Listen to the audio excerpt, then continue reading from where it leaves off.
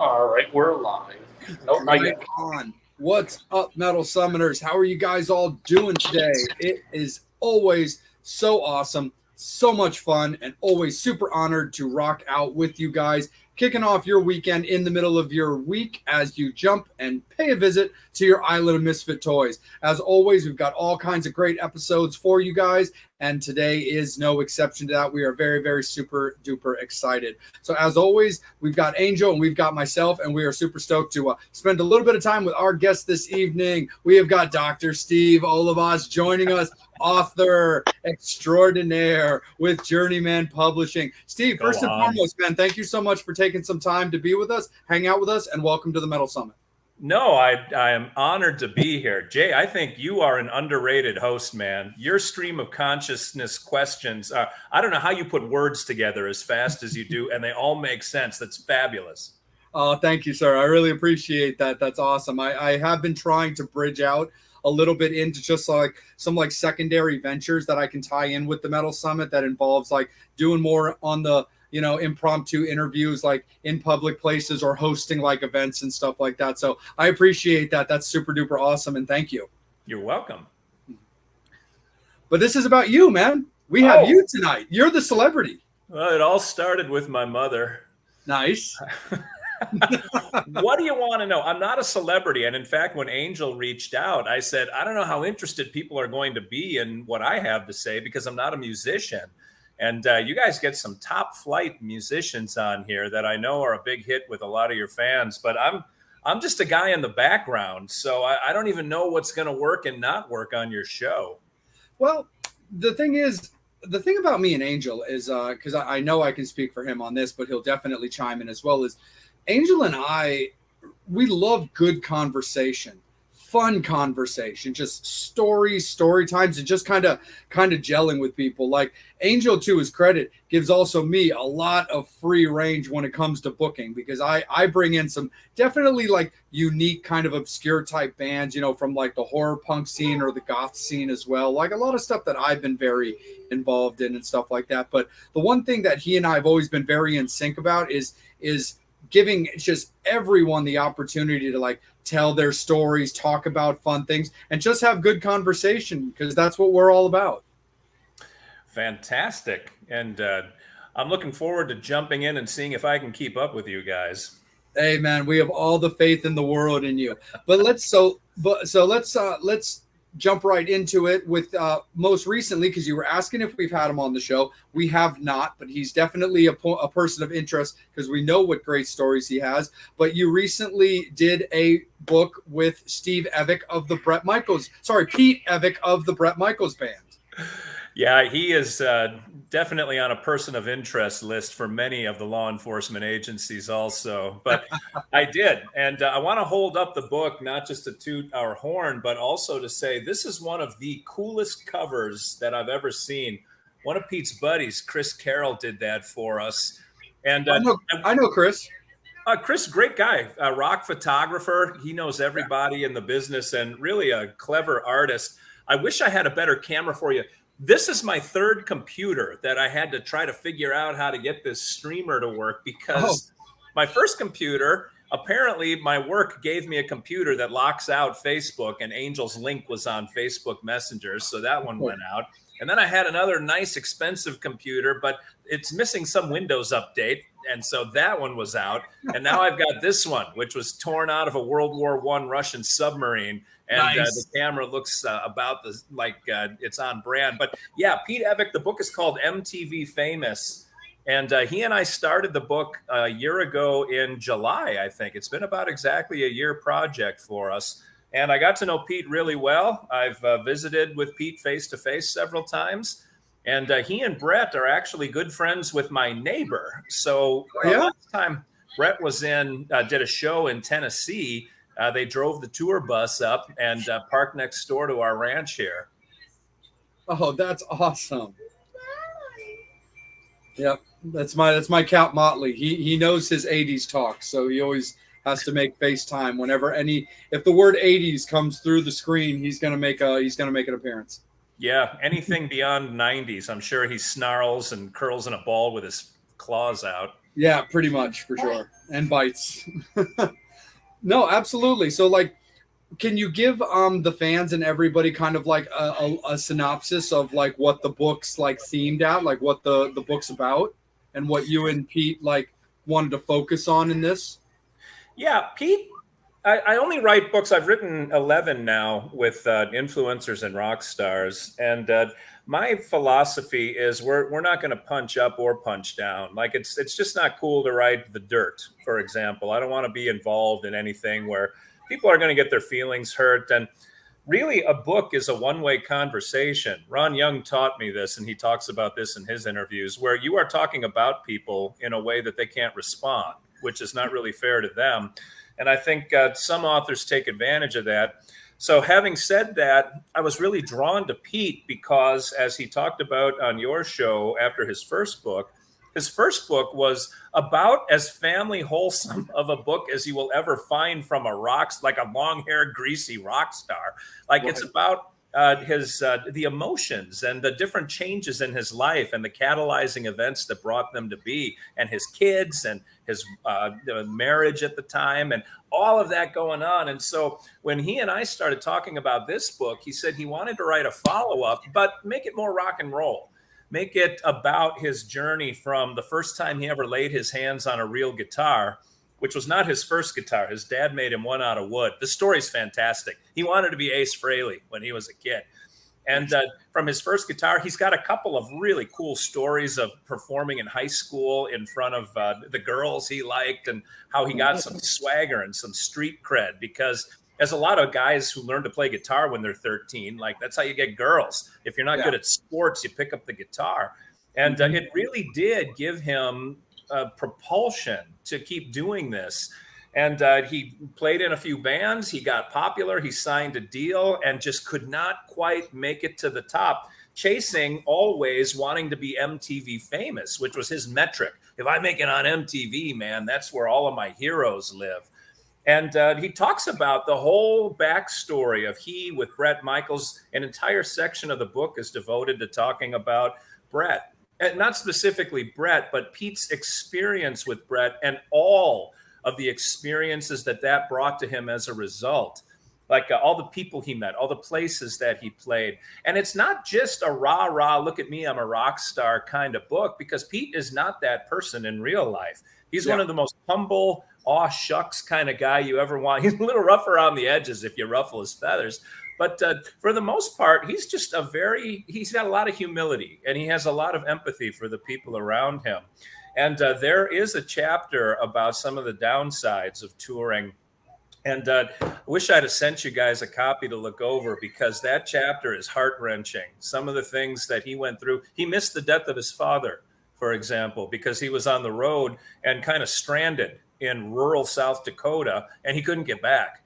And I've heard stories like that from a number of the artists that I've worked with, that the music industry just is not forgiving that way. Oh, yeah. That you not only have a bunch of guys on stage with you, but you've also sold 35,000 tickets at a festival, and nobody wants to give them their money back. So unless you can call somebody up that knows the charts, like you're going to step onto that stage. Or Troy Luccketta from Tesla wrote a book with him. He talks about his band Tesla.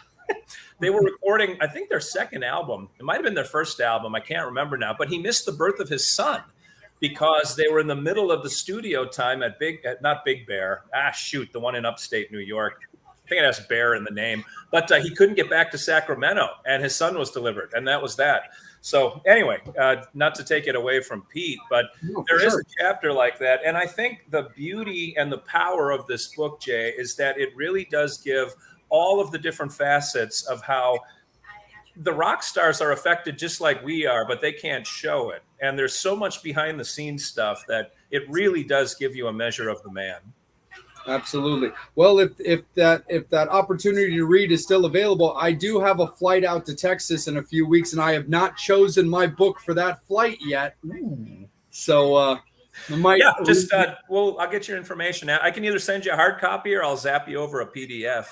Yeah, I mean, for what it's worth, if I'm a hard copy kind of guy, if you're down. I'm down. But I need you to scribble in it for me. Oh, but I'm not the guy, man. Yeah, but Pete does come through a lot with Brett, which means I can get the guy in there too. So It's funny. My birthday was in July, and Brett was playing the Party Gras tour up in Chicago.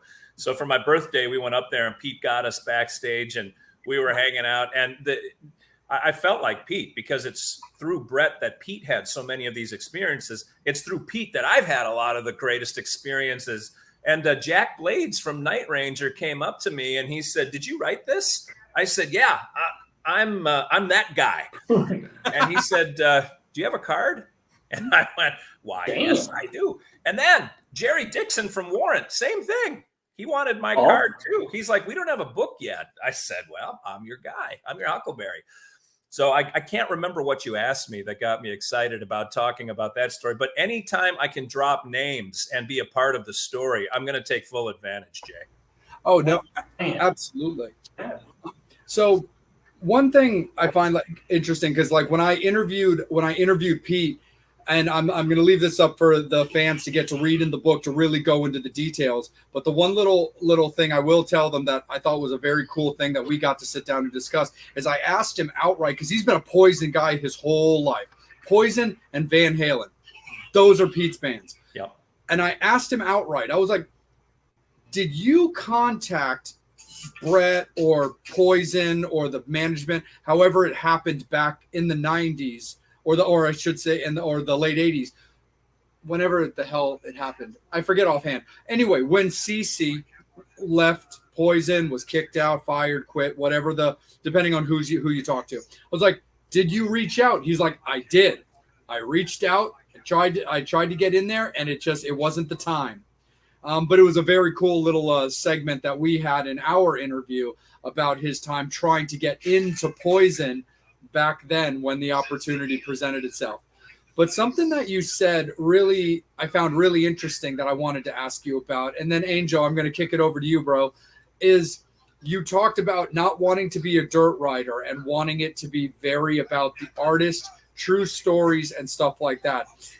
Sometimes when you're writing proper books and really trying to cover everything properly from the right angles, the artist probably at times does have a story to tell, something that they have to either get off their chest or, like I said, a story to tell that might not necessarily be all, sprinkles and bubblegum.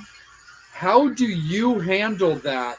Do you guys sit down and talk it out, how to write this? Because at the same time, I can imagine that you don't want to discredit their story either over personal feelings, but of course you don't want to be taking cheap shots either. How do you and your artist handle those situations? That's really a good question. The artists that I've worked with have shared the same mindset that I share, and in fact, I'll tell a story about Pete that I'm trying to figure out how much of this to give away. He told a story. He was there's a chapter in the book about debauchery. And the way that Pete started angling that is a little different than we ended up angling it, because we ended up just talking about basically drunken escapades. And the stories are hilarious. But the first story out of the gate, and I wrote the whole thing up, probably took me 3 hours, but it was about a girl coming up on stage and getting very personal with Pete on the stage. And then I don't know who I'm going to get in trouble, but she came back to where the band was staying and continued to get very personal with people. The point of the story is I wrote the whole thing up, and Pete read it, and he said, man, he called me real apologetic because he knew it was a pretty long story, and I put some work into it. But he said, dude, these guys, they're married now. They got kids. Like, I can't put that story in there. And I'm like, done. It's out. Like, I don't make those editorial decisions for him. I wrote it up in a way that was risque, and you knew what was happening, but I wasn't vulgar or lurid with it. But he still didn't even want that content out there. And I just said that to lead into every artist that I've worked with has told me a lot of stories off the record just because it's interesting to talk. And I'm a fan of all these guys, just like you guys are. So I like hearing the stories, but they are pretty careful. In fact, one of uh, I don't even know how much I should say, but there's a couple artists that have come to crossroads with their bands and have come back to me. And so if we're in the editing process, they're like, I'm trying to decide if I should go back and tell what really happened versus this sanitized version that you have. So I know there are some hard feelings as bands break up, and there's money and there's squabbles and there's legal stuff about the brand and who owns the name and the publishing.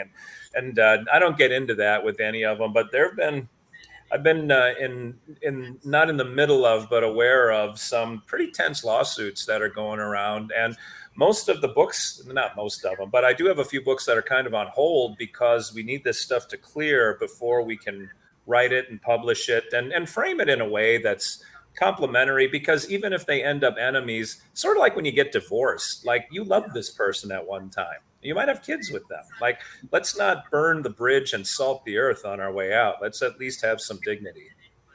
Yeah, no, for sure. I was having a conversation with one of my buddies, and he and I were kind of actually talking about this interview because he was asking, who I had on the show this week, and I was like, yeah, I've got Steve Olivas.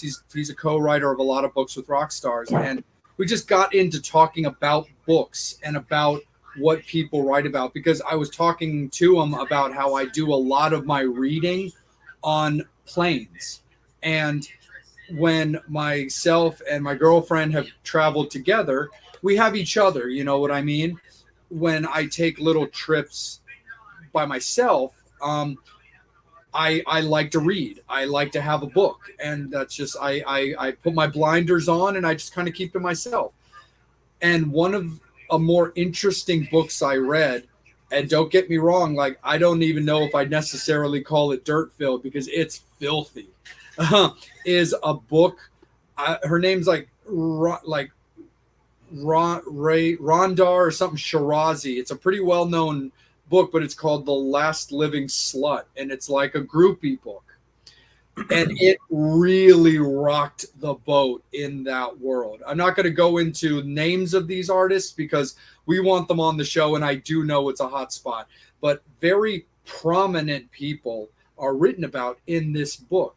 And I have a friend of mine who I still think very highly of, who helped kind of coach me when I got into the journalism business, who brought up that book with a person mentioned in the book when he interviewed him, and wow, that did not go over well. Like the tour manager got in his face, like how dare this person be allowed to talk to this person, and so on and so forth, and just other stuff like that about the stories put out.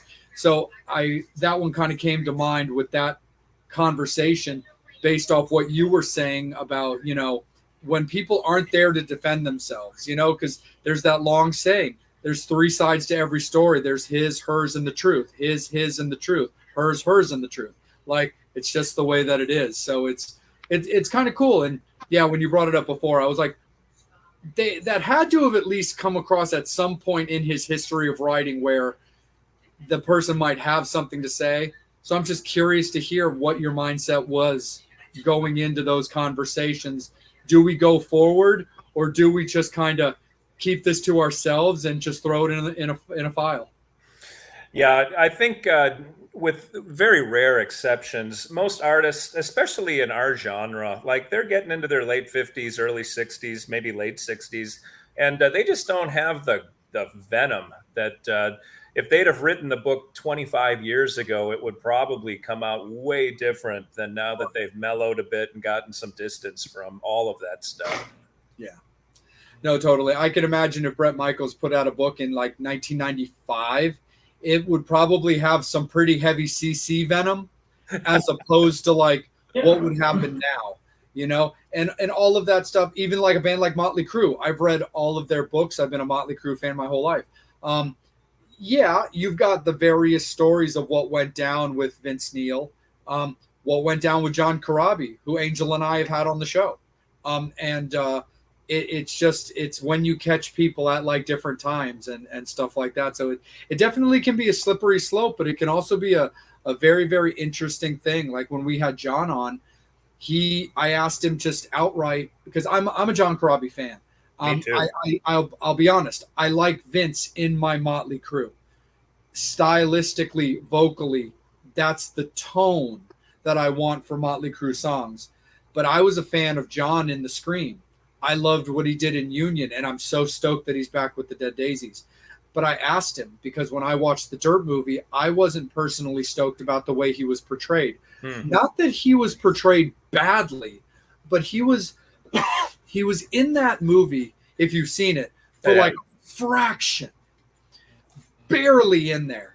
And they make it look like they're playing to just these half-empty halls. And we all know that Corabi era at the time with grunge and everything wasn't going to be the big arena act that Motley was.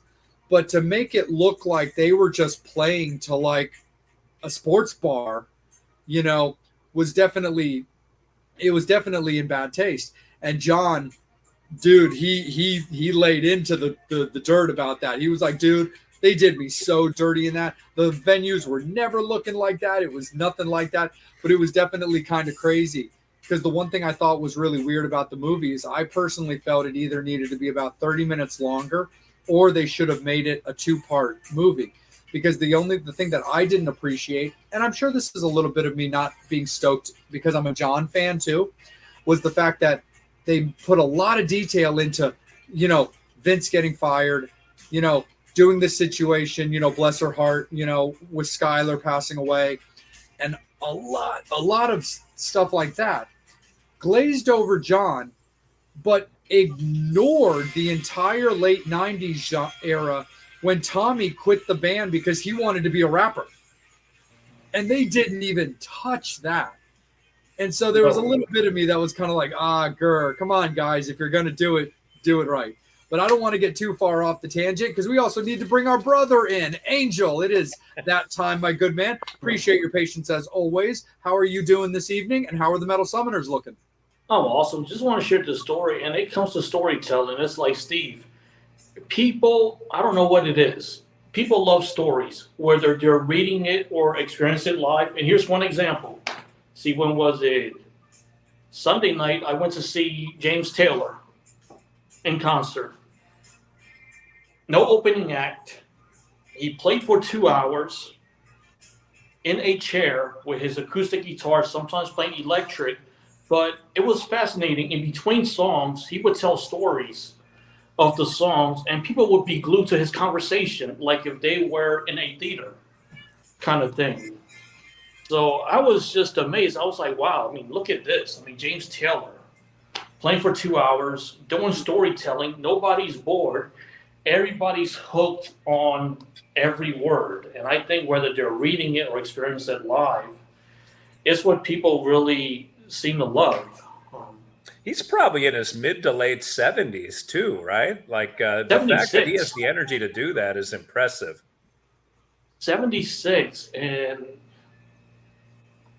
I'm just like, wow. Because I mean, my thing is I guess because of the attention span today, people are always looking down on their phones, and I kind of observed everybody just listening to him. It was quiet, and at times it felt like a theater, but I was just amazed by that whole experience. It was just something different because I had seen Foreigner the day before, and it was a rocking show.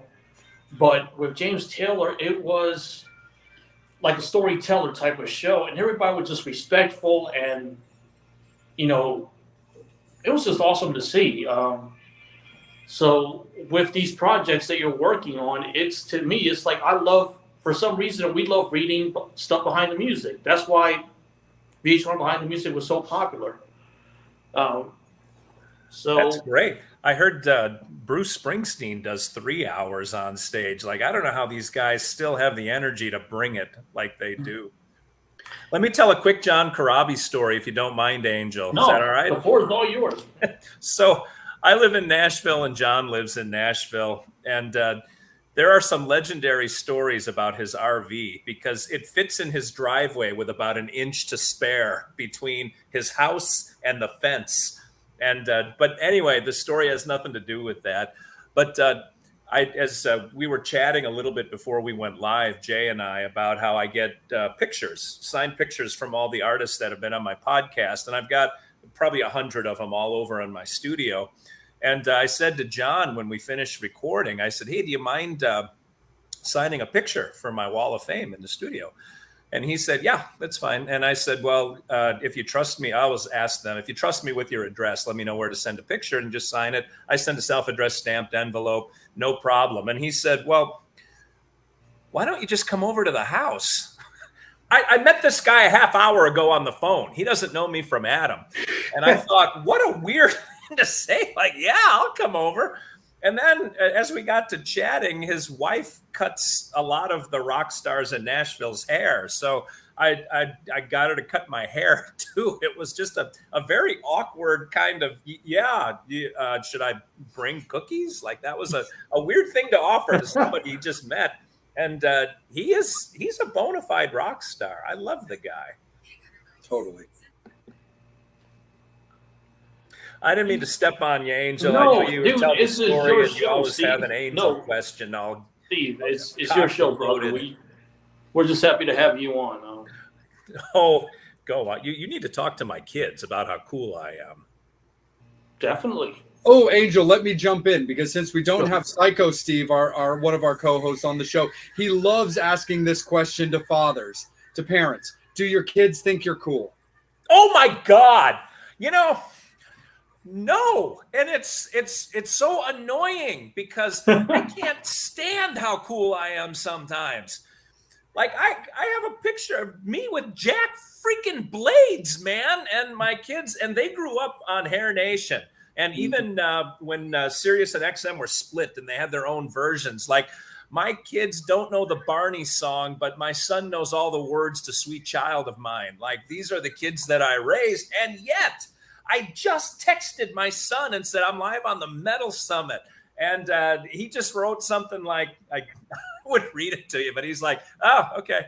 And I was like, thanks, man. Thanks. Appreciate it. But no, considering I grew up next to a cornfield in a town in Wisconsin nobody can pronounce. And I grew up listening to these guys and watching these guys and idolizing these guys. Like I had posters, I'm sure you guys did too, all over my walls. And now I'm not just meeting them, but I'm getting into their lives and their heads, and they trust me with information that they don't want to get out, that they just tell their inner circle kind. And I'm a shrink in real life. So I think that kind of, it disarms people and they're like, well, let me tell you what happened and see what you can make of this. But the point is, no, Jay, nobody appreciates how cool I am. And it's just a discouraging testimony to the destruction of the human race.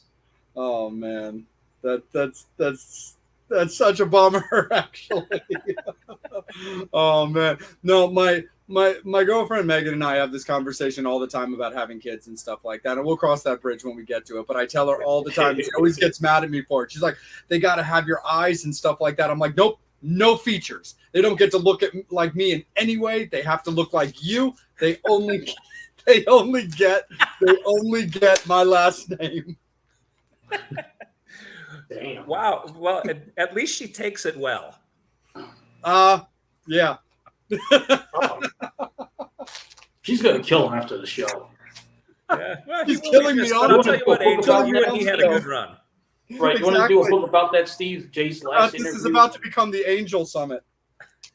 Well, Steve can do a book about your last interview. Seriously. No, that's too funny. And what a cool guest you had on for your last interview. Yes. Okay, I'm sorry. As long as she doesn't throw a knife at you. Don't put it past her. right back to you, Angel. But when he brought up the thing about coolness and his kids, I had to give our little nod to Psycho Steve. But go ahead, Angel. Right back to you, buddy. There's a hotline you can call for help. Yeah. Speaking of that, here's a good question from Brian. Did any of the people you write about admit to crimes?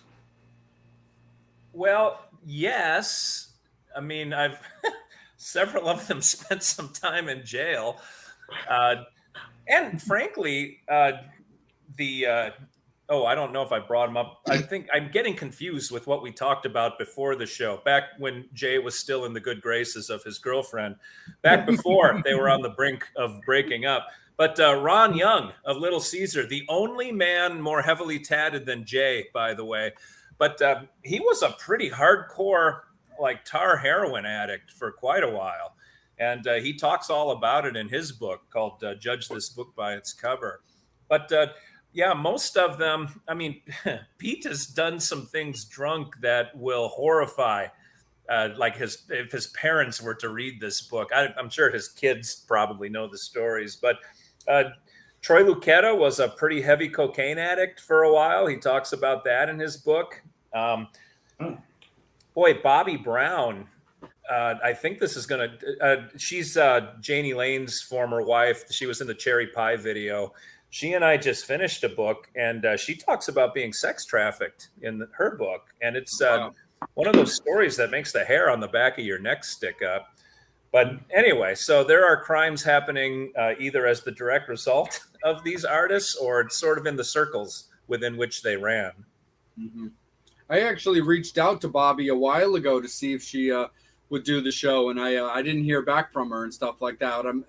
It's possible because I'd never written her on email before that maybe I ended up in the spam folder. But we would definitely love to get her on. I said to her, you got to go on the Metal Summit with Jay and Angel. And she said, is Jay still on that show? I said, yeah. She said, screw that guy. But the Angel Summit, I think she'll be down for that one. No, for sure. No, I'll ask her. We're in the middle of editing. I'll fly out to LA to do the interview. She's not in LA anymore. Oh. I don't know if she wants me to say where she is, but that's all right. I'll fly out to wherever the hell she is for the interview. Oh, Angel, man, be careful what you wish for. She lives in the devil's nutsack right now. God. But I'll talk to you guys about it after we're done recording. No, for sure. Well, it's funny because so we had one of my very dearest friends up until her passing on the show, and that was Tawny Katane, and it was funny because I reached out to her, and this is just kind of like this is sort of me piggybacking off of your story about Karabi, because I mean. I'd known Tawny for a long time. I did my very first official interview with her back in 2015. But she's always been great. She and Bobby actually were co-hosting the Metal M3 that year. Which is okay. And so I got me and my partner Chris, who I was working with a Baltimore magazine with at the time, her handler or whatever hit us up for an interview. So we were able to go and meet her, and we did this great interview with her, and she and I just kind of stayed in contact over the years, but got very, very tight, very close in the last year plus couple of years up until her passing. And in fact, I was actually at work, and I got a text from Steve, our co-host, and he was like, Jay, I need you to do me a favor. I was like, what's up? He's like, I need you to call Tawny. I'm like, I'm at work right now, dude. What's up? It's like, dude, they're announcing online that she's dead. I was like, okay, I will reach out to her. And if you know anything about iPhones, if you do an iPhone to an iPhone, which is what she had, and it's what I have, it's a blue bubble. If it's an iPhone to another phone, it's a green bubble. It went right to green, which means her phone was turned off. And I was like, that's not a good sign. And but anyway, the point of this story is we had this really great interview, and it's still maybe my number one, but easily my top 3 interviews that Angel and I have gotten to do over all these years. And but the thing that was really funny about that is, so I had she was always so generous with signing things for fans or taking pictures and stuff like that. And even all the time that I had known her, the only thing I had ever had signed from her was my M3 concert ticket from that year. So I don't really ask for things all that much, but this is my friend. And also we happened to do the interview damn near right on the anniversary of the Witchboard movie.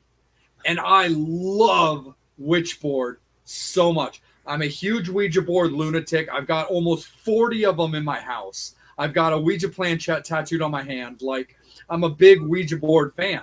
But I do fully love that movie. In fact, I love the whole series. Anyway, I was like, hey, Tawny, are you cool if I send you a couple of things? And she's like, absolutely. Send me anything you want. I got you covered. I'll sign it all. Just do me a favor. It just makes my life easier. Just send it to a self-addressed stamped envelope for me to send it back to you. I was like, absolutely, no worries. So I just sent her some of my personal stuff, like some Ouija board stuff. But the one thing I sent her that was kind of fun, and it was also the other reason why I sent the package in general, is she had mentioned that she doesn't have any of her album covers with Rat, for example. And I was like, I've got like doubles of some of those albums. So I sent her out of the cellar, and I sent her the Rat EP, which is the legs with the rats on them. But I also sent, because those were her legs. I didn't know that. And I sent her my copy of the Rat EP, which already had Steven and already had Warren on it. So she signed that too, signed my Witchboard stuff, and even sent me a DVD jacket for Bachelor Party, which I ended up giving to my buddy Ron, because he had always wanted to get something signed by her, and he had done an interview with her like years ago and was like, well, can you give me her address or can you send something of mine? I'm like, yeah, no problem. Absolutely. Well, I had already sent my package. And unfortunately and ironically, I got my package from her on Wednesday and she passed on Friday. Damn. Yeah, it was really eerie. So I have this little it's one of those frames that holds like a vinyl record. Yeah. That has this little Witchboard vinyl in it with the disc, my little M3 concert ticket, and like, even though it's not from back when she was with David, my photo pass from when I shot Whitesnake, I put that in there too, just because it was kind of apropos and stuff like that. But no, it just kind of reminded me of the whole self-addressed stamped envelope kind of thing, because it just made me chuckle because Tawny asked me for the same thing. And it was so funny because big things like that, it's very tricky with the post office because I don't want it to get lost and I need to pay enough. So like, I literally had this second envelope that I was like, I need you to do me a favor. And it worked, obviously, and bless the post office lady's patience, is I was like, I need to put these things in this envelope. I need you to weigh it. And then I need you to tell me like how much it would be. And so like, but which they did, and it had like something like 20 stamps on it. It was so crazy. There was this envelope with my address and blah, blah, blah, but it had like that big line of stamps across, because I was like, well, I'd rather put too many than too few and all that kind of stuff. But now when you mentioned the self-addressed stamped envelope thing, I just thought that was particularly funny. But since you just finished working with Bobby, that's kind of unfortunate, but that would have been kind of a cool like pairing for you to maybe do something with Tawny if she had decided that she wanted to do a book. Did she not have a book with all of her story? I'm not aware personally of like a by Tawny 100% book. Huh. I remember her working on stuff like that, because she told great stories, some of which I knew, some of which I didn't, but the ones that I knew were great. Still to this day, my favorite thing, because she literally was a genuine person. Different strokes for different folks. You meet people at different times of their lives, different times of the days, different times of their careers. Maybe they're nice to you then, not nice to you here. Maybe they're mean to you here, but then you meet them again and you realize maybe it was a bad day. But one of my favorite stories that she ever told was when she was actually talking, she was very honest about it, was when she was talking about getting arrested after the domestic violence thing with Chuck Finley. The thing to also keep in mind is Tawny was like 5'8". Like, Chuck Finley's like 6'6". So even that situation was kind of blown out of proportion. The thing that made the story so great is she was talking about how they were like, yeah, she beat him with like a $29 high heel shoe. She was like, Jay, that news article pissed me off so much because I was wearing $900 stiletto boots. And that was what was so great about it. I was like, and that's how she worded it, because I thought it was hilarious myself, but she was like, I found that so hilarious. And I wasn't pissed. about the fact that I was getting written about beating my husband with a shoe. I was pissed off that they were making it seem like I wore cheap shoes. Those details are priceless. It's so hilarious. She's like, no, I was wearing 900, well, which also makes the story great. And also it punches some holes in it. Because if you're wearing $900, like full zip up, like heeled boots, they're not coming off easily. No. So like it's such a great story because she's like, yeah, I honestly they could have accused me of doing crack or meth, but I was more pissed off about them making it sound like I buy cheap shoes. So hilarious. Yeah. She will be missed because I don't know. How old are you, Jay? 41. What? I'm 41. Oh, hell, you're a baby. All right. You're just a zygote. So you don't even remember this stuff. The first run of this with her on David Coverdale's Jag and how just impressionable all of us were at that age. Like, well, I'm old enough to where I got to watch it when it happened, like experience it and kind of get it, but not get to enjoy it. I've always said straight up, like I learned about girls growing up from 80s glam metal videos and 80s psycho slasher movies because I'm a huge horror guy. I always have been. And I'm a big fan of like Friday the 13th, for example. So I learned initially about that kind of stuff, like the female form from like Motley Crue and Poison videos and Friday the 13th because the girls never wore any clothes in those movies. God, your poor girlfriend. Oh, no, it's all good. She's a horror movie fan too.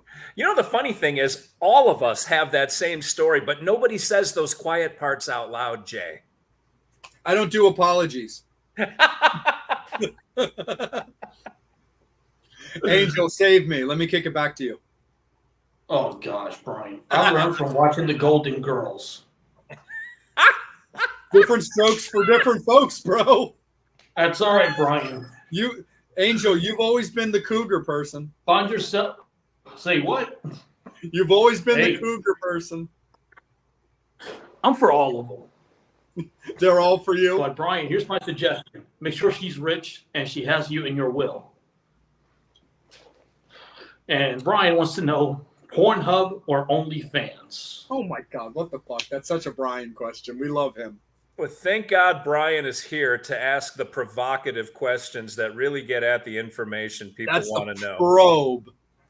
Yeah.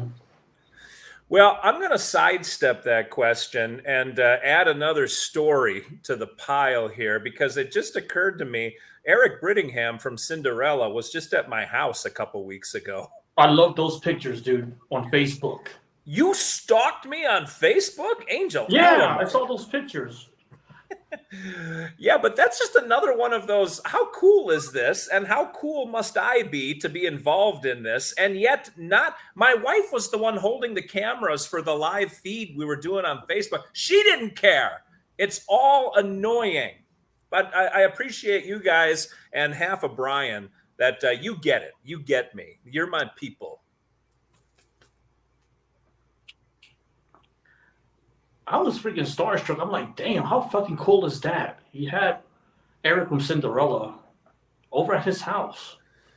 He did. And the reason, I don't know if Jay knows the story, the reason he was at my house was because he was involved in a charity and they were, the man who was organizing the charity, Bruce Sisk, he got a guitar signed by Lita Ford, and then he had Eric sign a bass, and then he had another guitar signed by the aforementioned Pete Evick, and Paul Taylor and Reb Beach from Winger, and also George Lynch from Dokken. So 4 signatures on the one guitar.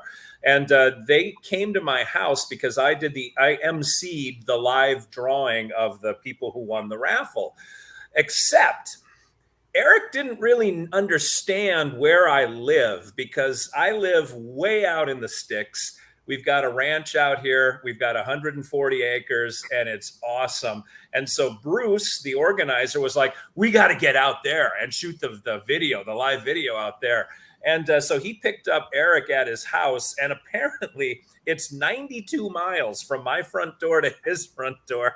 And Eric got here and he's kind of stiff and he's like, we've just been in the car for 2 hours to get here. And the whole thing lasted like 12 minutes. And then they had to get back in the car and drive Eric home. But it was just one of the most incredible moments for me where I'm like, how does this even happen?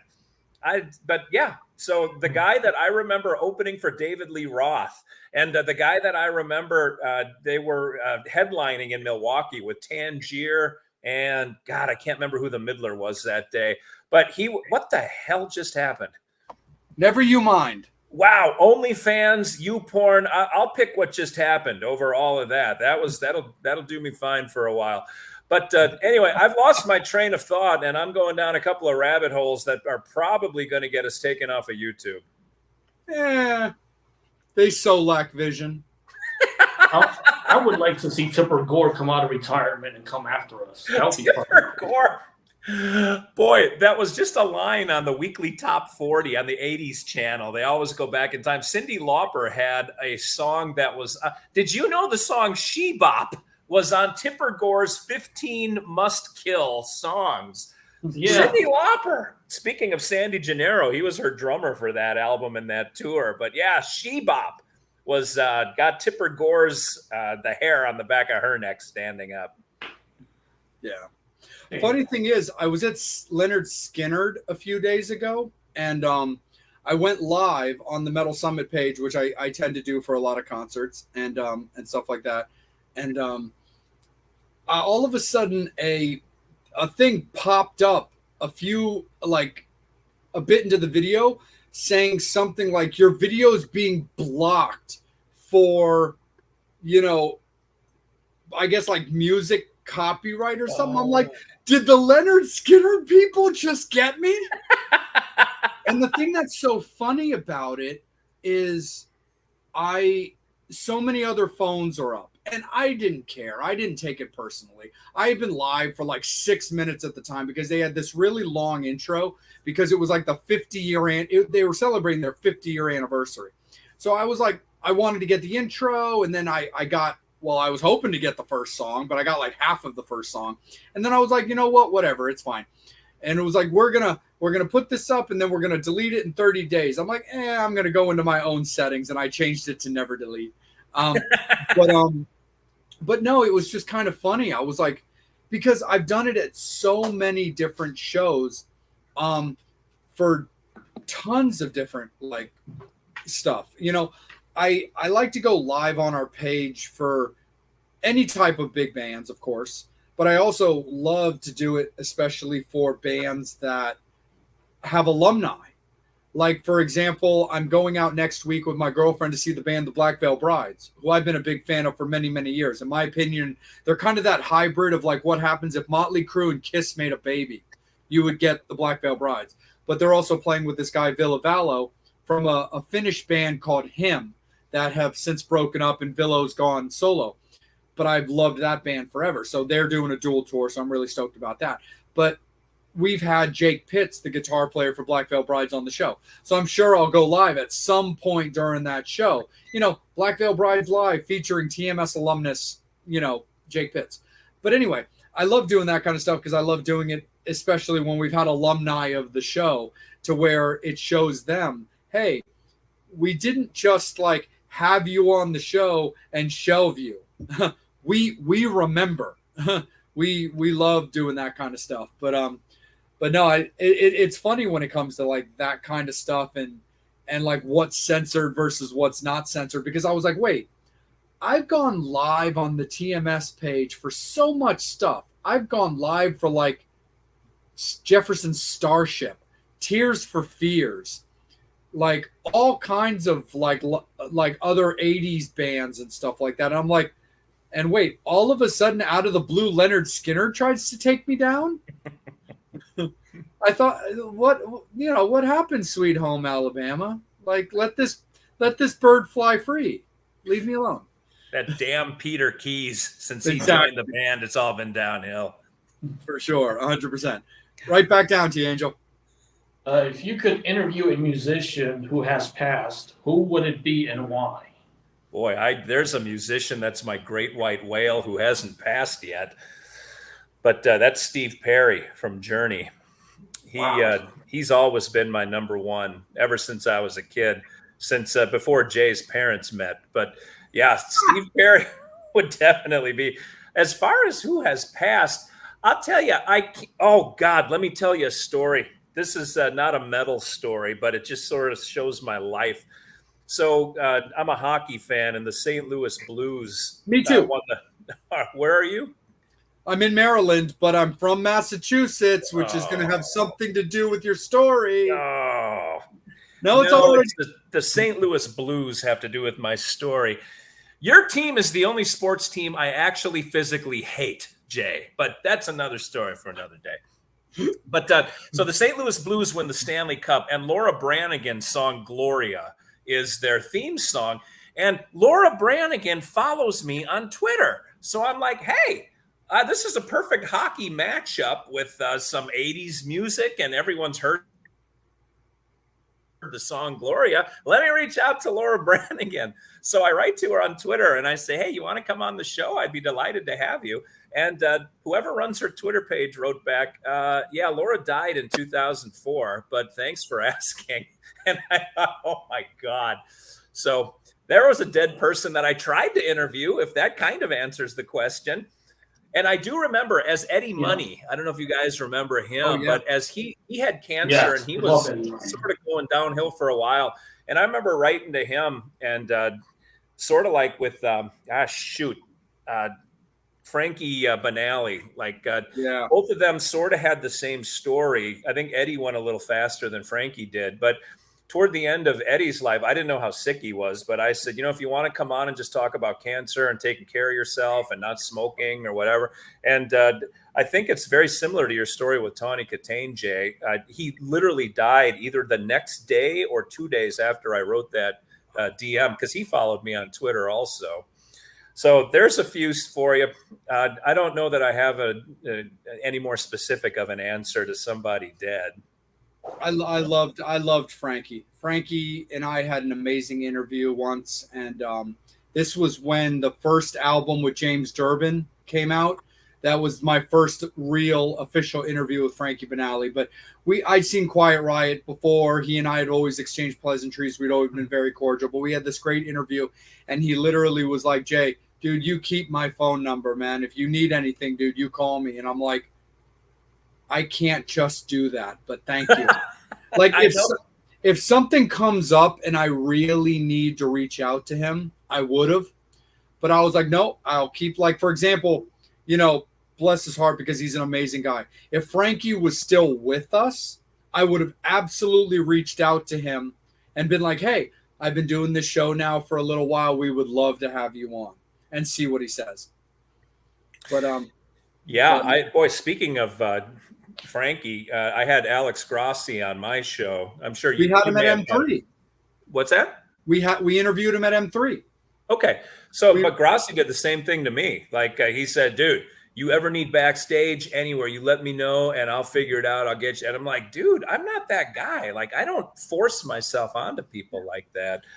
It's all I can do to reach out and invite them onto my show, but I'm not going to say, hey, so-and-so, would you mind reaching out to them on my behalf and seeing if they'd be on the show? Like, that seems like cheating to me. And it puts them in an awkward situation where they sort of feel compelled to say yes, even though they want to say no. And I just don't like doing that. I know exactly what you're talking about, Jay.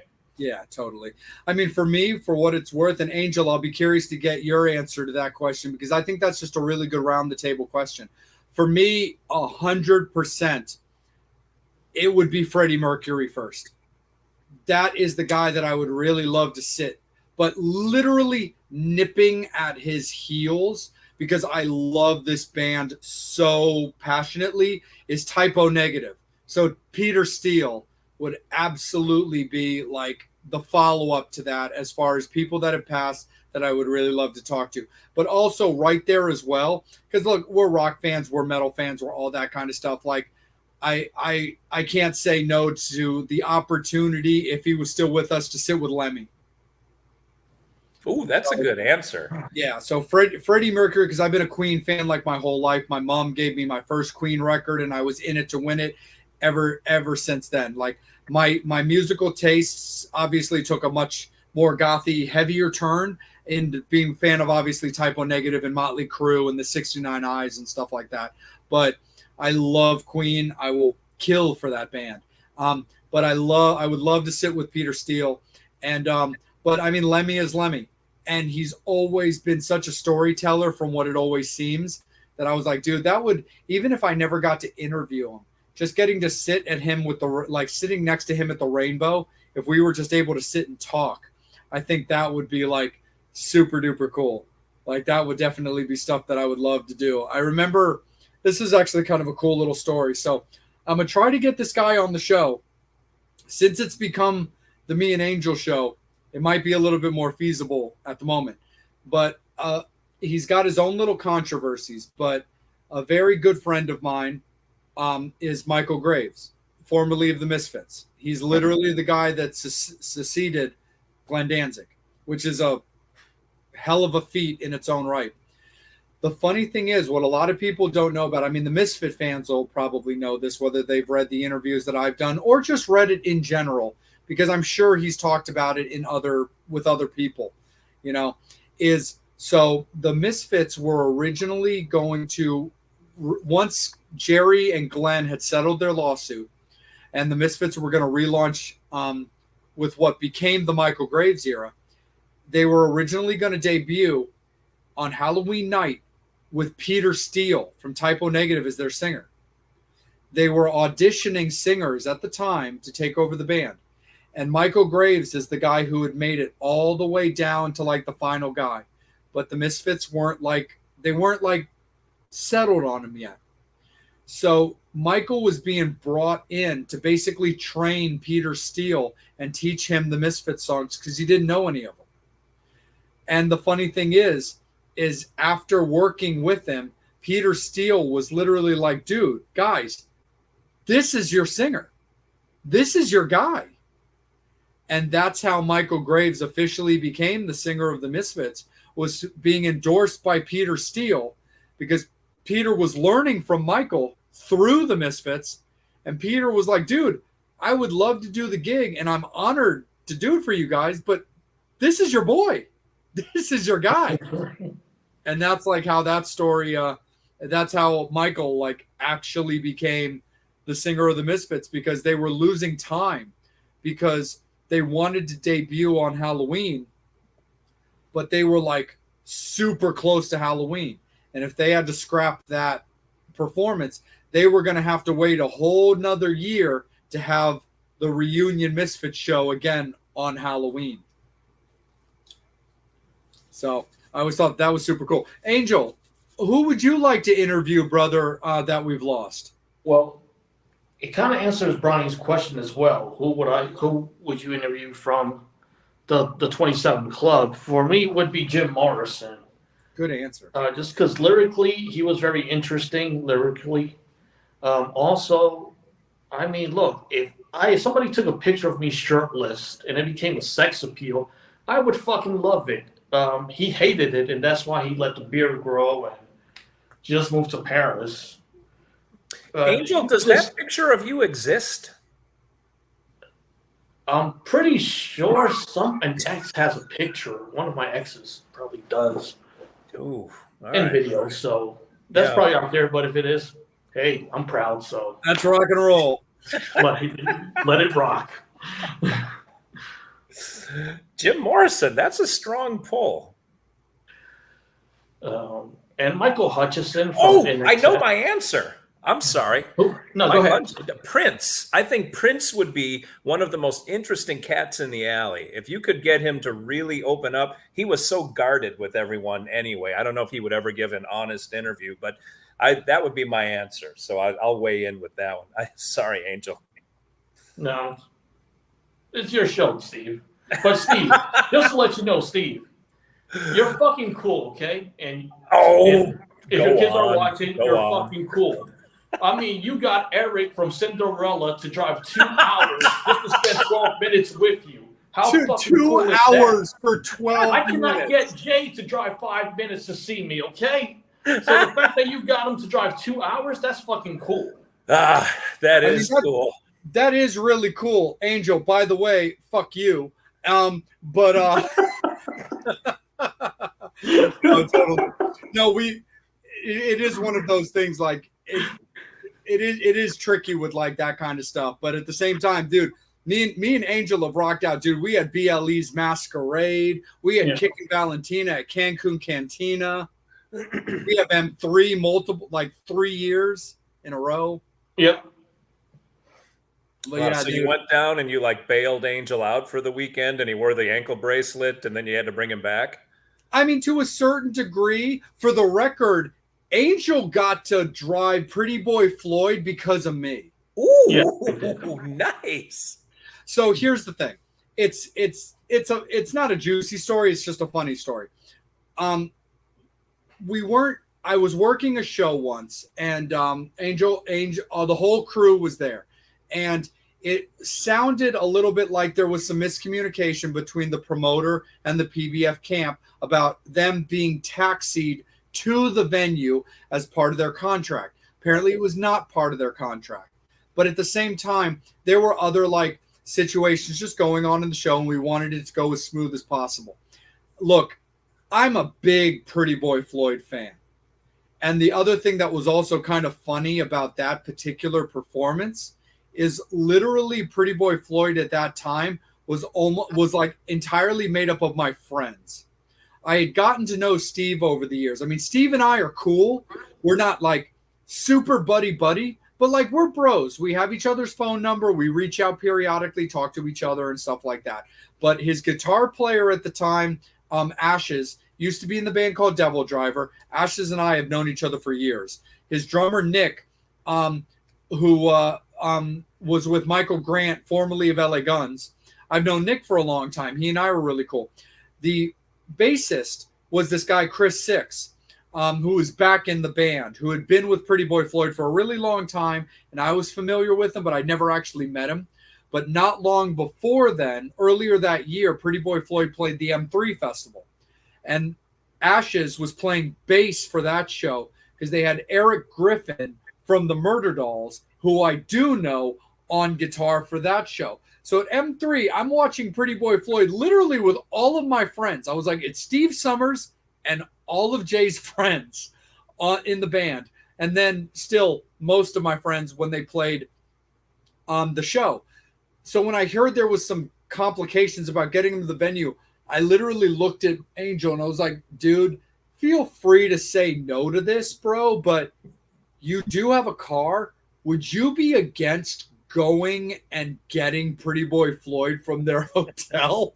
No, but heck no. Yeah. Angel's like, oh, dude, I'm on it. But here's a funny story about that.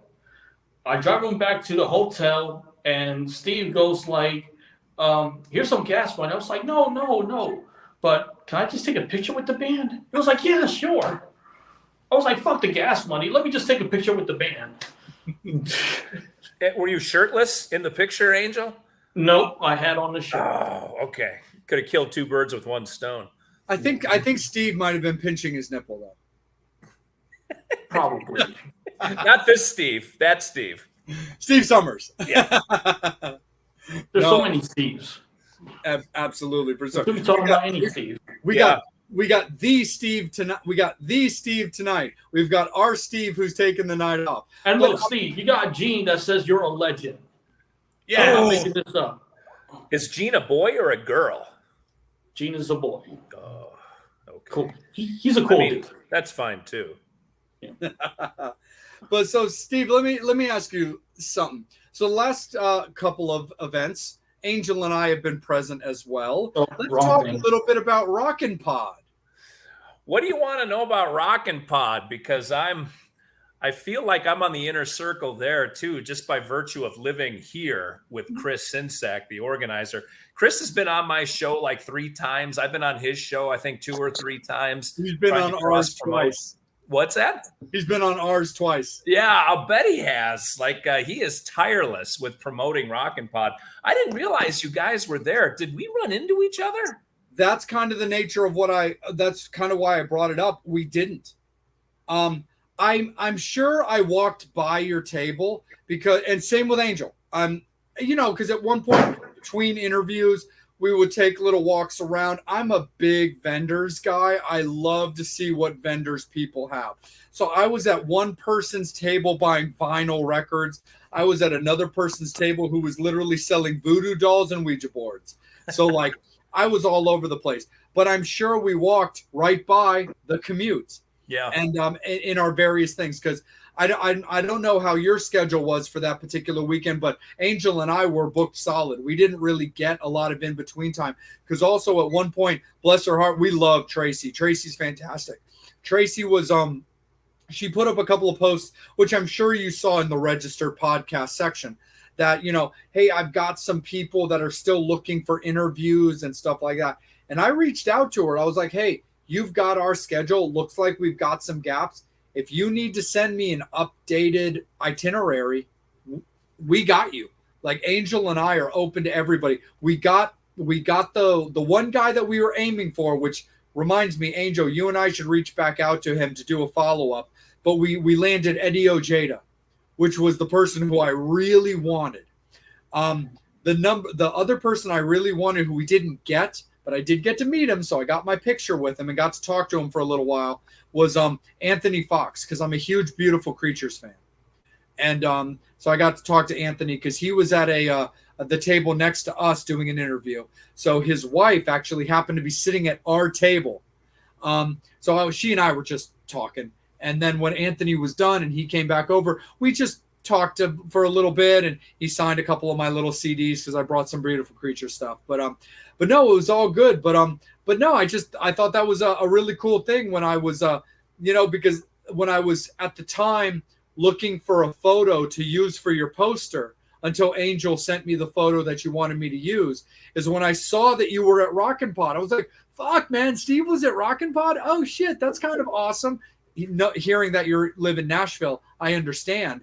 But I was like, dude, that's bitching, dude. That's super duper cool. So hopefully, next year we'll get to all do it again.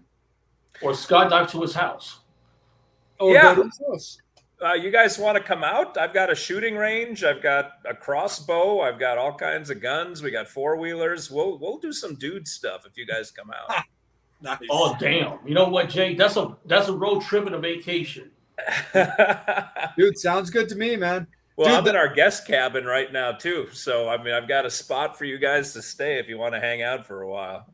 Sweet, dude. That sounds. Hey, let me tell you a quick Rockin' Pod story from last year, because this was one of the highest compliments I've ever received from a rock star. And by the way, I went the same road with Tracy that you did. I said, Tracy, look, I have access to all these guys just because I've been around for a while. And so let some of the shows that are just starting up, give them the bigger guests and give me whoever you need to give. And I'm happy to interview anybody. I love a good story like you guys do.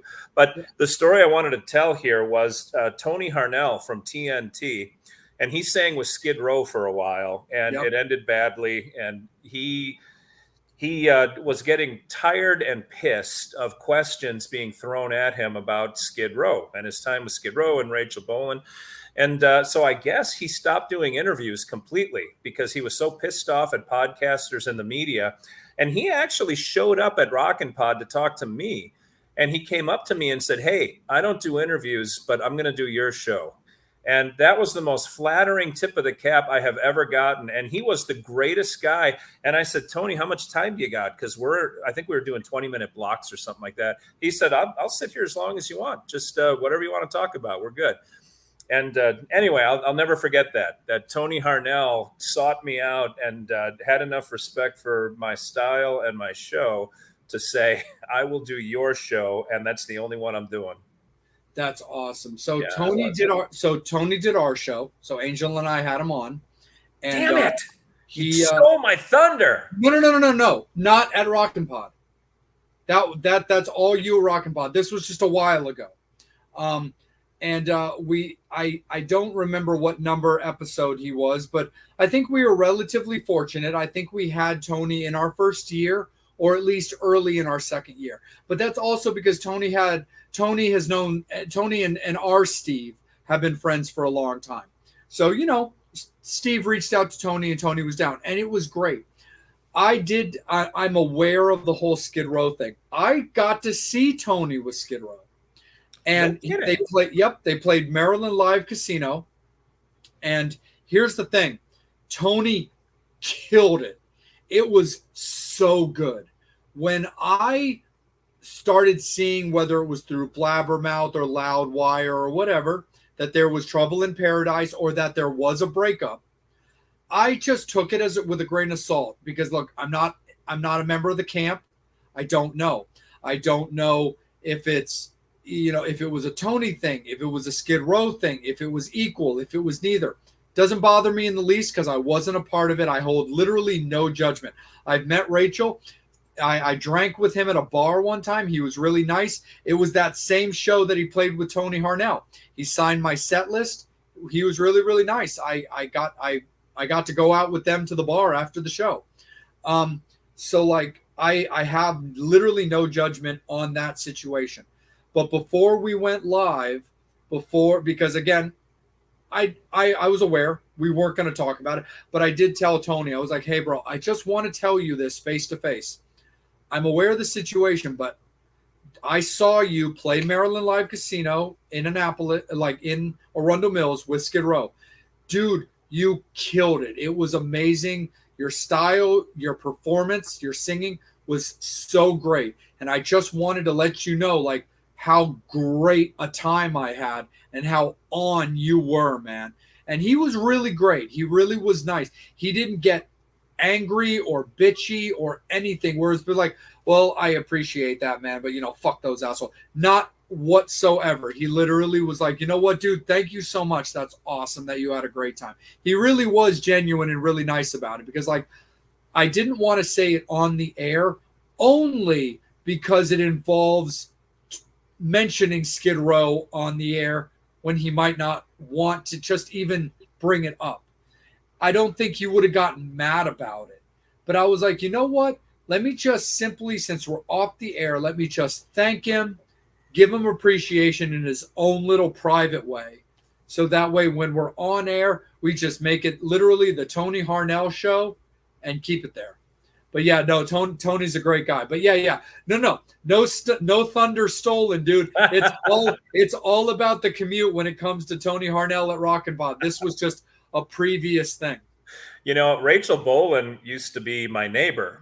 Oh, really? And the first time I met him was when he did my show. And I said, hey, you live on such and such a street, and don't you? And he got real quiet, and he said, how do you know that? And I said, because I live right behind you. I'm on this street. And he said, really? I said, yeah, I'm the house with the new fence. And he went, dude, my girlfriend was just going to come over to your house and knock on the door and ask who did your fence. I said, well, I'll give you my fence guy's name. And so I sent him that, and we moved before I could follow up and see if he ended up getting his fence done by the same guy. But yeah, so I like Rachel too. I don't have any ill will toward anybody, actually. Everyone is pretty super nice in the industry. Yeah, for sure. But so as like a follow-up to the Rock and Pod question is like, so talk a little bit about the commute, man. How'd you get started with that? When I started with the show, it wasn't meant to be musical. I just wanted to interview people who did interesting things for a living. One of the things that I enjoyed the most about being a shrink is finding out what people do, and how everything from the most mundane job to the most spectacular job, they're all interesting to me, because everything has to get done by somebody. And they all have a little piece of how the world works. And Ace Von Johnson, your doppelganger, he was my first like rock star. That's my bro, dude. Oh my God, you two are like brothers from another mother. Real quick, before you continue with the story, Ace is aware of this. He thinks it's hilarious. I get recognized for him all the time. There's a very large bar tab of drinks I have not paid for because of fans thinking they're buying Ace Von Johnson a drink.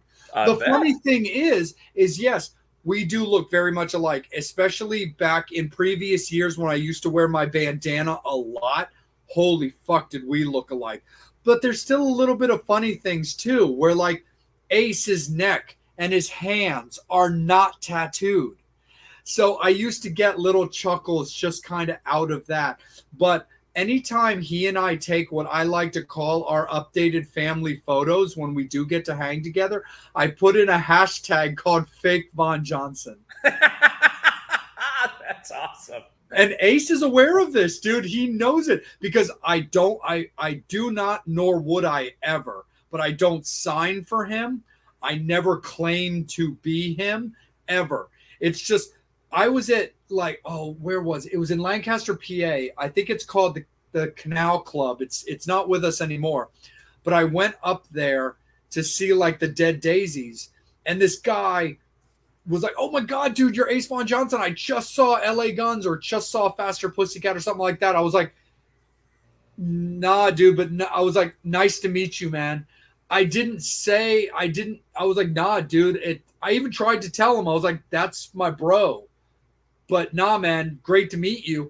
Dude wasn't having it, man. He was like, "Dude, what do you drink?" I'm like, "Okay, well, fuck it. I'll take a pack of Coke." So like the same thing happens to me when people mistake me for Angel Alamo. They come up to me. It's when I rip my shirt off mostly. Just bam. Yeah. When that, but that it's all about that luscious hair, man. Oh, yes, you guys and your flowing locks. I just envy you. The hair's what gets you laid. Yeah. Mine, I don't even get it cut because it's like pruning a dead tree. But yeah, but Ace was also at Rockin' Pod, which was great to see again because the last, not the recent one, the pre-COVID Rockin' Pod, Ace did it, and he was at our booth. He was on our show, and it was great because I'm also a big Neon Coven fan, so it was great to talk about. You just had what's his name? You just had him on 2 weeks ago. Anthony. Yep. I just watched that episode too. Oh, awesome. I love that band, and Anthony's great, and he and I just in our private lives, we're both kind of part of that like vampire culture as well. So we had like just other fun things to talk about. But yeah, Ace was on the show, and I got to talk to him about when he got to tour with Yuri 69 from the 69 Eyes, because I'm a 69 Eyes lunatic. But that was great. But last year he was there, and it was funny because he was at the jam session. I don't know if you went to like the Hair Nation, the Rare Hair thing, which you did obviously, but it was great. And he set up his little booth, and he even told me, he was like, "Honestly, dude, I wasn't gonna do anything because I was gonna call him and just be like, 'Hey bro, are you in town? Because I'm coming into town for Rockin' Pod. Would you like to get together for dinner?'" And about like a week before I was gonna call him, they put out an announcement. Ace Von Johnson will be appearing at Rockin' Pod. And I'm like, "Oh, well, he's definitely going to be in town." But he literally said, he's like, "Yeah, dude, I wasn't originally going to do it, but I just figured, well, fuck it. I'm in town. I'll see some friends. I can sell some merch." And it's just kind of low maintenance because, and I'll kick it right back to your story. Ace is a very low maintenance guy, and he's very reserved. He's not that big, flamboyant guy. He loves the simplicity of life. He loves his pit bulls, and he really just loves to be a little bit under the radar. Very flashy, very flamboyant. He and I are definitely, we get noticed when we're out and about, yes, because of just the way we look. But in general, he's a very humble, very quiet guy. Yeah, that sort of takes away from what I'm about to tell. Tell it anyway. By the way, he never pays to be at Rockin' Pod. He was at Craig Gass's booth when you saw him last time. He was at Ricky Rackman's booth the time before that. Like, he just shows up and people give him stuff. He lives a charmed life. And I can say that because he's the most often guest on my show. I think he was on 4 or 5 times. And he and I used to have lunch once a month, and we'd pick different places to go, and we'd just sit there for 3 hours and drink beer and talk. But the first time we ever got together for lunch, we were at Outback Steakhouse. And it wasn't in an uppity part of town, but it's 2:00 on a Wednesday. And so the crowd is a bunch of senior citizens. And Ace was telling a story about we'll call it a stalker incident. I'm sure you know the story. But he was going on, you fuck this and this fucking thing. And I'm looking around going, all right, well, there's all these people that are really having a good time listening to this story as Ace is getting into it, as only Ace can do, because he's got a voice that will boom to the back rows. That dude don't need a microphone. No, dude, if you get him, it's going to be loud. It's going to be loud, but he did not hold back. And I thought, what is this guy about? But the funny thing is, the irony is exactly what you said. He is one of the this sounds like I'm a chick, but he's just a sweet guy. He really does care about the people around him. And he's sensitive. Like things hurt his feelings and he talks about it. And he's got a way about him that just make people want to give him free space in their booth when he shows up at the last hour. No, absolutely, for sure. Because I'm aware of relationship situations. Also, names I'm not going to say out loud because, again, Angel and I are open to the world. We're open to the community, and we don't want to take any chances of offending people to not want to come on because they think that we're going to be judgy or anything. But yeah, no, I'm definitely aware of those situations. And again, I'm not part of the situation, so I hold no judgment. But at the same time, I'm not going to pretend like my initial loyalties aren't going to stand with my mate either. Well, I'll tell you a story off air that I stood with Ace, and that lost me a guest. Oh, gotcha. No, absolutely. Angel, let's kick it back to you, buddy. Looks like we've got some more pop-ups from the Metal Summoners. Yeah, some more fan questions. Is there an interview that you regret? Oh, boy, my show, I've done 425 episodes. There's only been one that I interviewed and did not air because it was so bad. And I guess enough time has passed that maybe this won't be an easily identifiable. But I had a rigger, like the guys that hang lights. And that was the only interview that I thought, there's nothing I can do with this. It's not salvageable. It was just an awful interview. And you've probably had a few guests where it takes them kind of a minute to warm up. And then once we sort of have liftoff, we're good. But so I sort of give a little bit of grace, like, okay, you're nervous. You don't know me very well. I come off, I can usually fill the air, and I got some humor I try to throw in, and that puts people off sometimes. But God, it was just awful. So I've interviewed a lot of behind the scenes, like crew guys, like lighting guys and monitor guys and guitar techs. But man, the rigger, I stayed away from lighting guys after that because it was a disaster. It was a burnt disaster. Wow.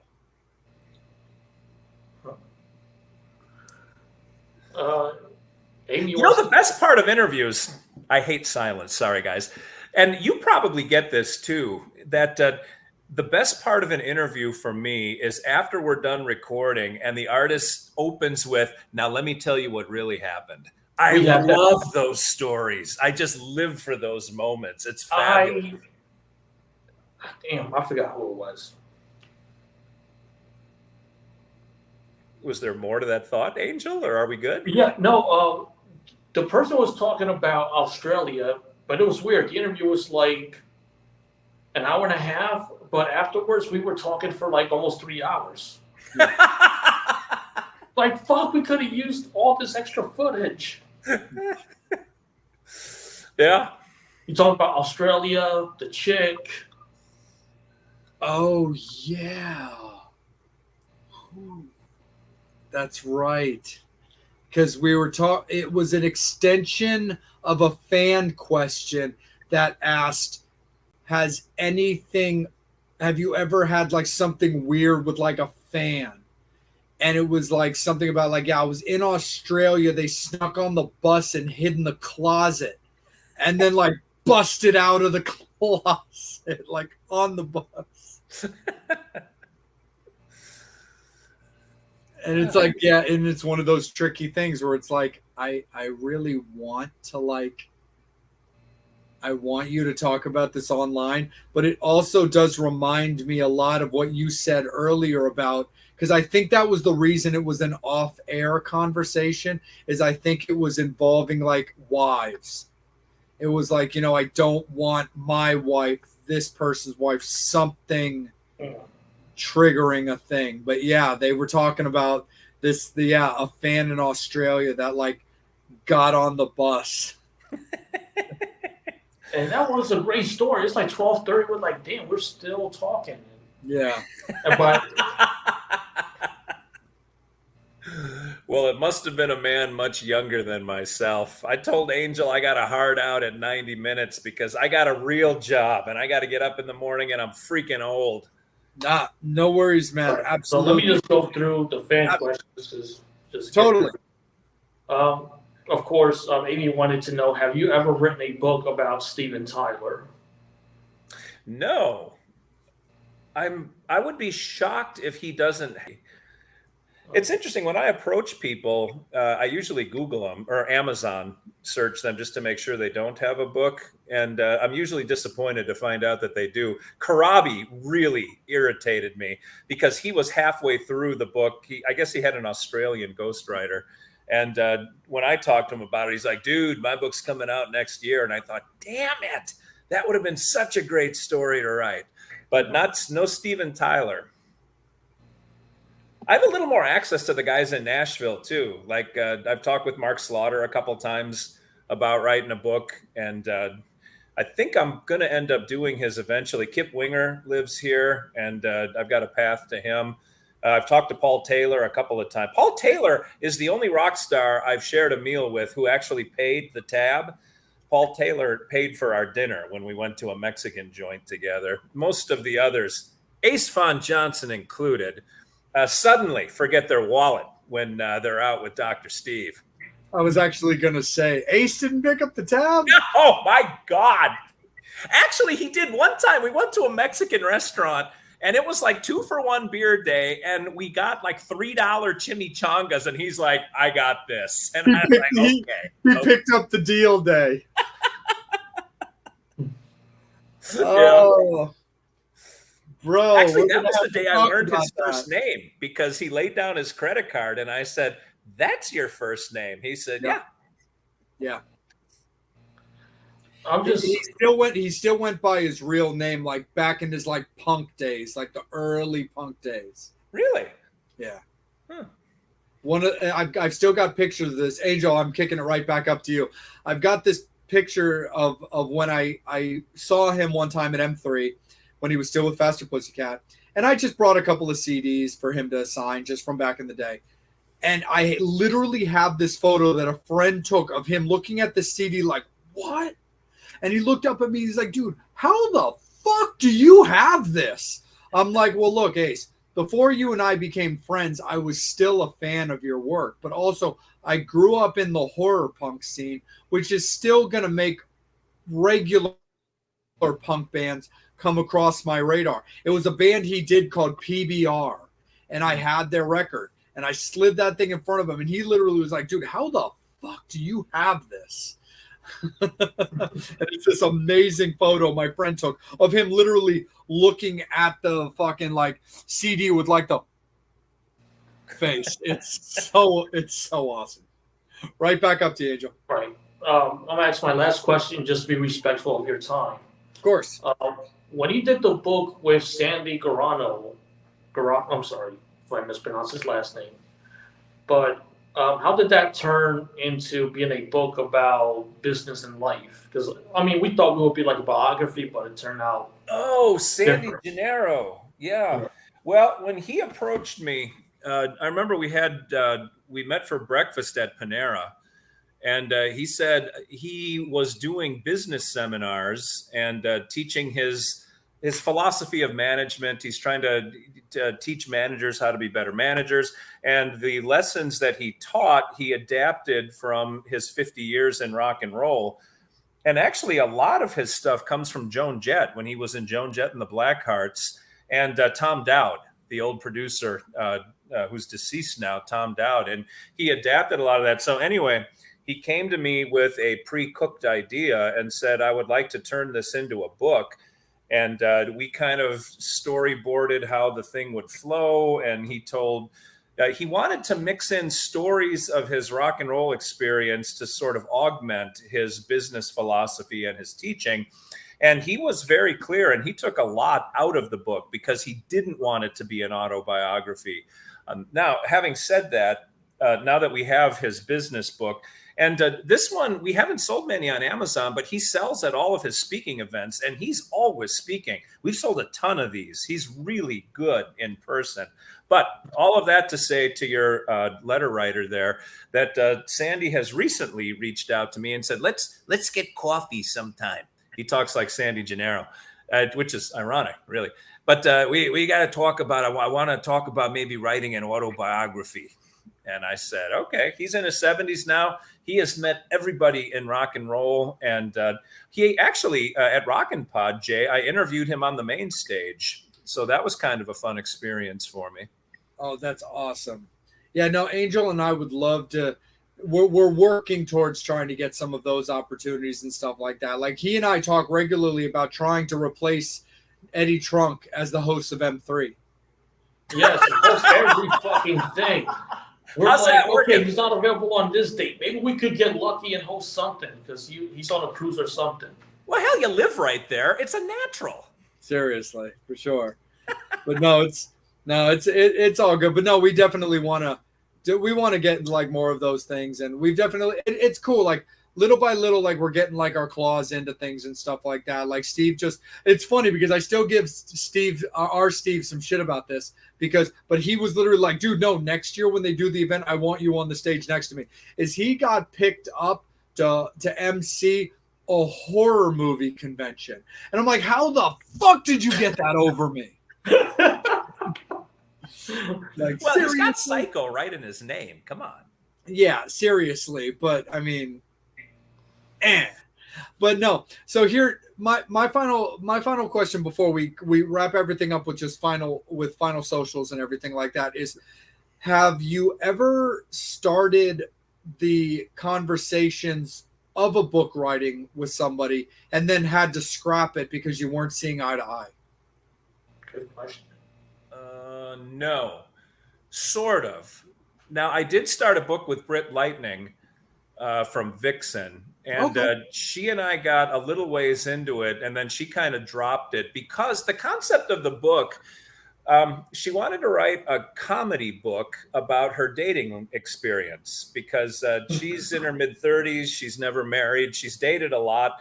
And actually, Cher Ross from Vixen, who I have written a book with, pitched the idea to me because she and Britt would always tell her stories. And so we started the book, and I was probably 25,000 words in, probably, 60 or 80 pages in.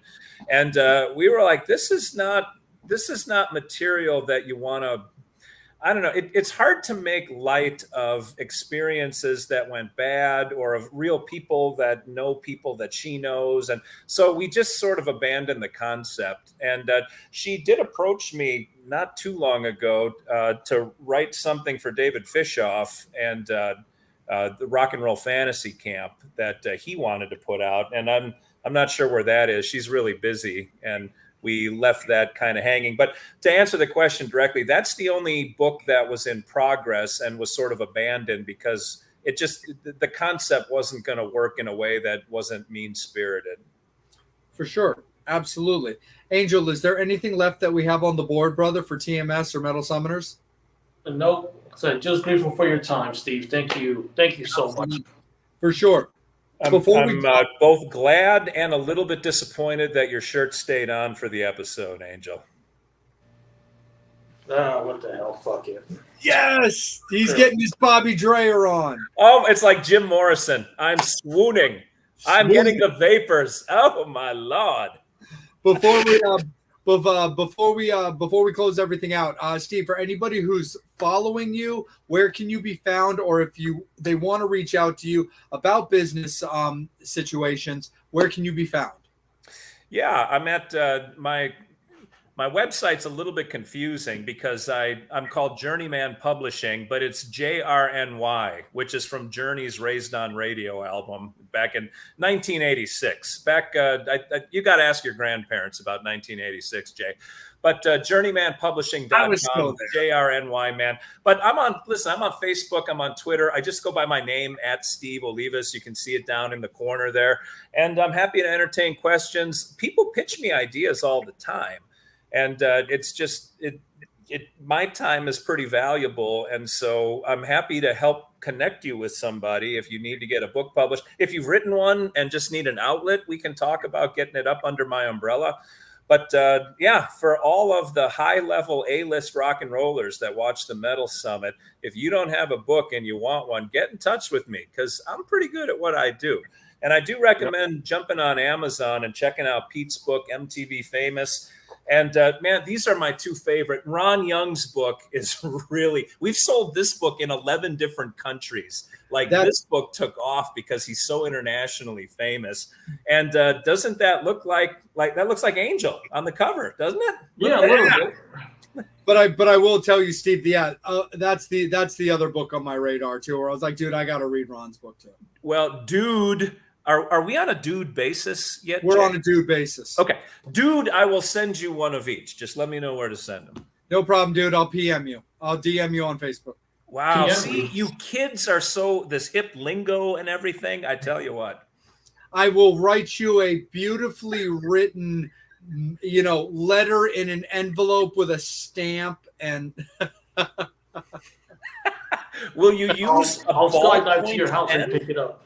Yeah, you have to go to a museum to find half of that shit. But all right, I get seriously, yeah. So that's the thing. It's like, yeah, back in the day, we used to read magazines. Hey, kids, if you don't know what that is, that's the internet made out of a tree. Oh, Metal Edge magazine was my Bible when I was younger. Yes. My buddy Gary Miller. my buddy Paul owns that now. Who does? Paul Gorgano, who like manages like Stephen Piercy. He owns Metal Edge now. No kidding. He's bringing it back. No kidding.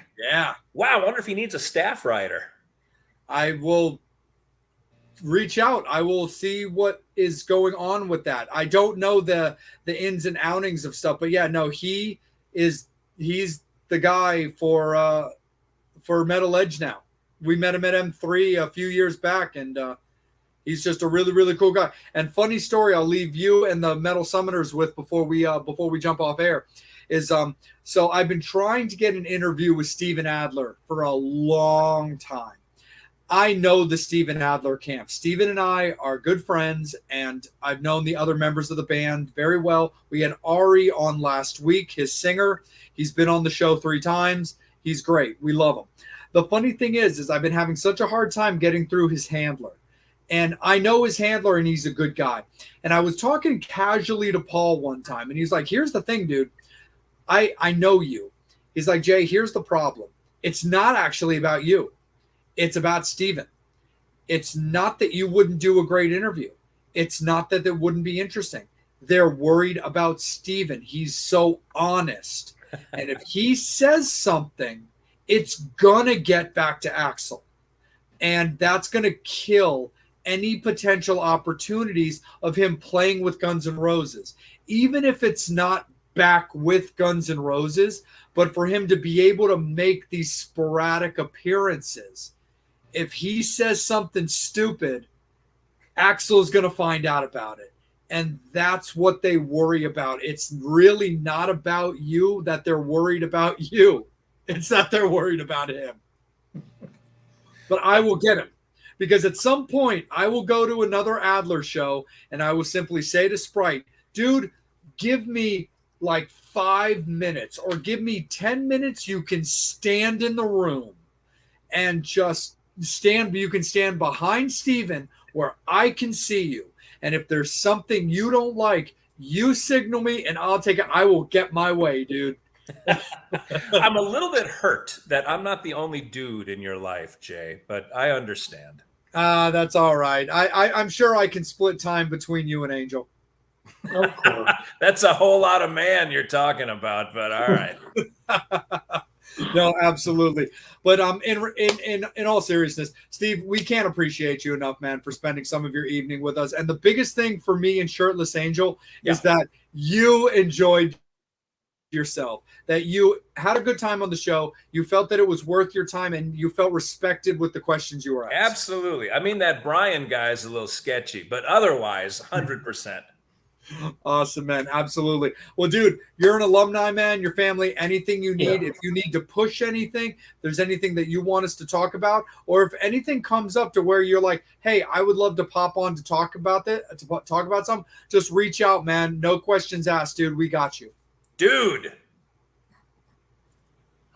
All right. So what do we do from here, Jay No, and Angel? How about absolutely. we end the show?